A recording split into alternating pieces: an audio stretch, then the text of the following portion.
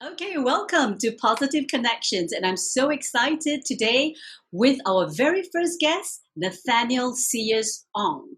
Today's topic is all about choices. And Nat has been my dear friend since 1997. And that was when we did our practitioner's course in NLP.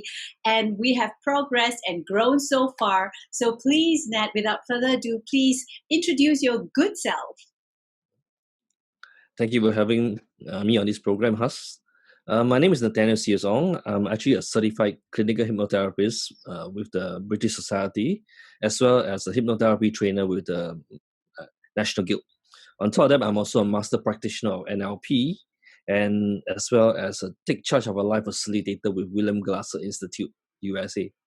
I'm also a developer of the choice card system that actually helps with individual self-evaluation on a daily basis through choice theory psychology. Wonderful. And Nat, you're such a lifelong learner. And not only that, you're such a helper. And I am just so grateful to be connected with you. Now, today, I would like to address some questions from my clients. And the question is how to help tweens to connect with the parents or vice versa.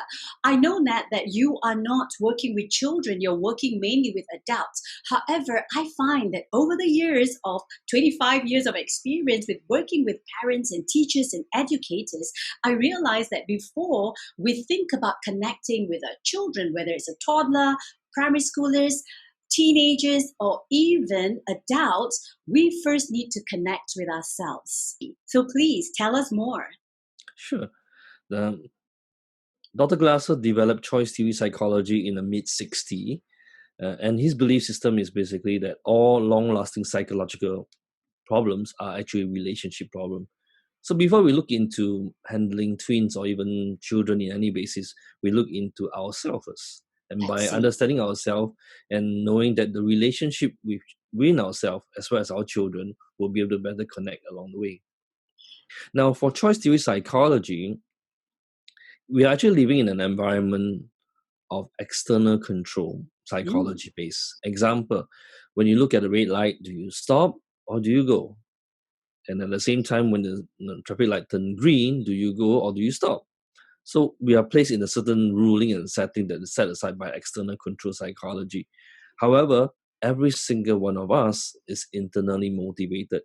So, like for example, right now, if you know that the phone rings and you are sitting in the toilet, do you pick it up? Do you ignore it? You have a choice to decide what you want to do, because by choosing not to choose is also a choice. I love that. We always have a choice. And right now, I hear parents or teachers, for that matter, saying that I have no choice. And in COVID-19 circuit breaker, I hear this word more and more. And then I said to myself, we always have a choice. So please tell us more about how can we connect with these choices? Okay.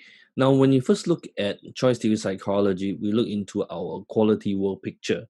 Now, it's basically a picture in our mind of what you want to be. For example, a child who loves to enjoy fun, having activity, picking up new learning, or parents who just want to take care of the family member, cook nice meal, and so forth. So, in each and every one of us has a different quality world picture.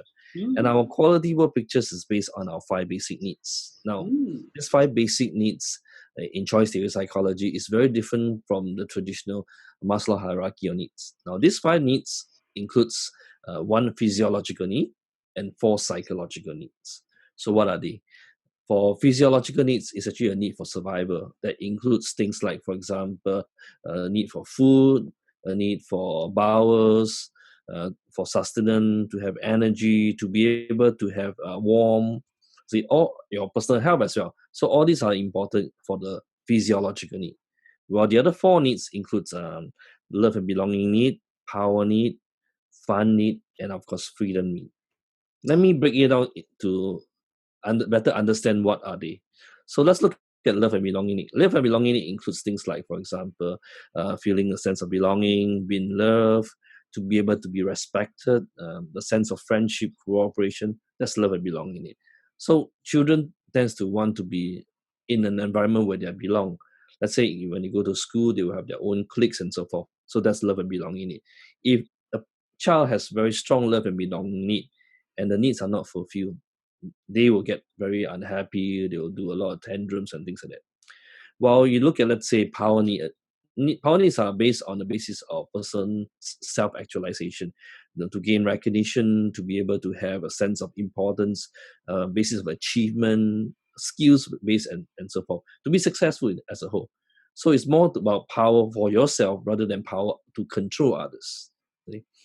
Now, the other two needs includes fun need. Now, fun needs basically on the basis of having enjoyment, a lot or laughter, about learning and changing.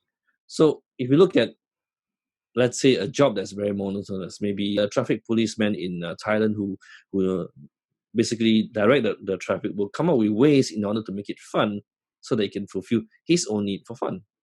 Now, the last but not least is the need for freedom. So we have mentioned about love and belonging need, we learned about power needs, we have talked about fun need, and last but not least, the freedom need. So what is freedom? Freedom will be a freedom about choices, to be independence, a freedom to and from.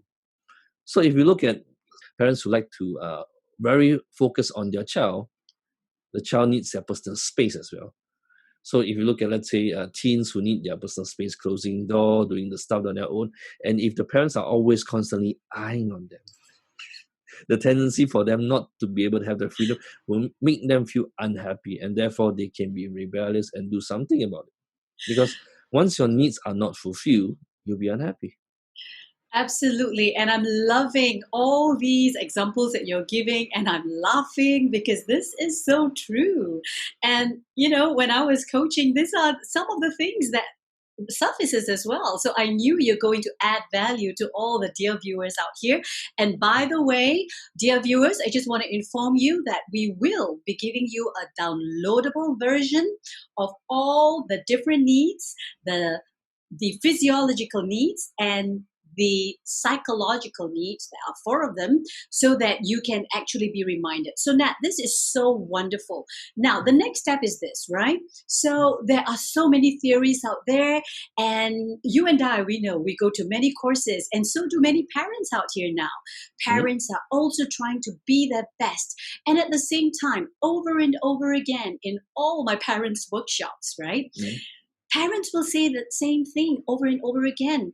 We all know this, but sometimes we get triggered and we just can't control ourselves. And that's because we are actually operating very unconsciously. So I would like to ask you, how can we help our dear viewers to have that behavioral signs that they can immediately connect with?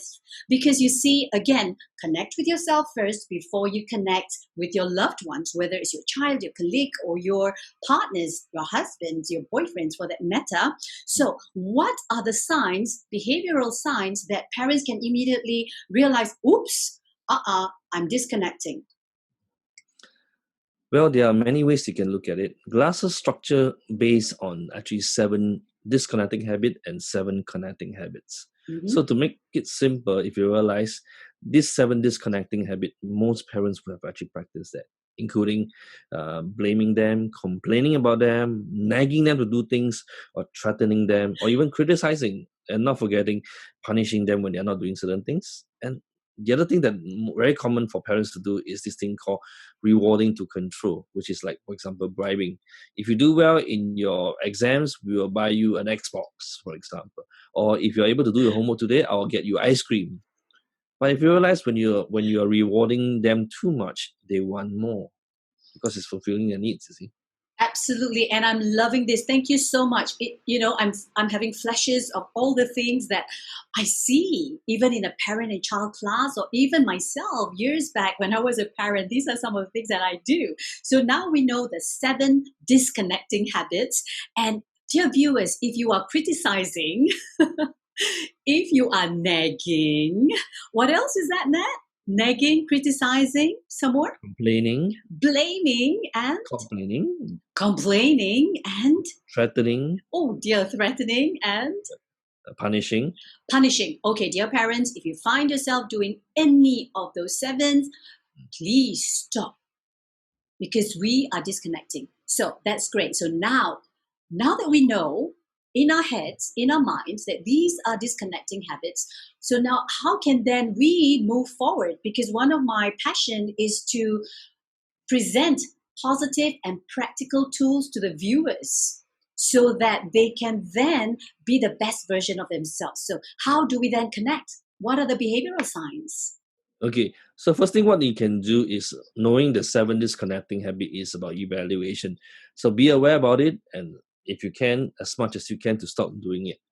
Then you can look into practicing the 7 connecting habits. What are they? It's very easy to remember them. You just need to remember the acronym called LEARN Street. LEARNST stands Mm. for L stands for listen, E for encourage, A for accept, R for respect, N for negotiating the differences, S for support, and T for trust.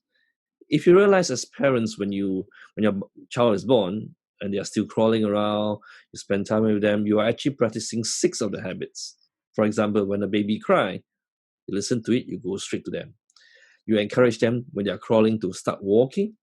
You accept them for who they are, even if they will puke on you or they poo all over the place. You respect them as human. You support them when they fall. You trust that they will grow up to be a better person. So you're actually practicing the 6 habit, except the last one, which is negotiating the difference, because their vocal language is not there yet. But if you realize as parents, we've been practicing this 6 habit all the while. Now, when they begin to grow up, their logical mind begin to develop, they started learning languaging, and they will start to become more inquisitive and begin to ask questions. Like, for example, why does the sun always comes out? That is so true. And I love what you're saying because it's very much in line with my passion in helping parents understand about their subconscious habits. So now that we know the 7 connecting habits and the 7 disconnecting habits, is there anything else, Nat, that you would like to share with the viewers? As long as you start practicing the 7 connecting habits on a daily basis, and Mm. if the child is practicing this connecting habit with you all the while, and suddenly there's a shift in the parent who is practicing connecting habits, they will feel very out of place to practice this connecting habit with you, because people like people who are like themselves. So Mm. if you are complaining a lot, they will rebel with the other 7 habits. But if you were to encourage and listen to them and support them, they will realize that it's very out of place for them to practice the disconnecting habit. And indirectly, they will start practicing the connecting habits. And therefore, your connection with your parents and child will begin to become better and better. Wonderful. Thank you so much, Nat. And I'm so excited for our dear viewers out there. Right after this session, you already have many tools that you can start practicing. And what we'd also like to invite you to do is if you have any questions at all, please just click on the link and you can send us an email and we will be connecting with you again with all your question and answers. And also, Nat is going to offer some viewers a chance to win sessions with him. So click on the link below to find out more. So without further ado, I want to say thank you so much, Nat. And dear viewers, remember, you always have a choice. Always connect with yourself first, then connect with others. In the meantime, I want to wish all of you a very happy week ahead. Bye-bye. Bye bye.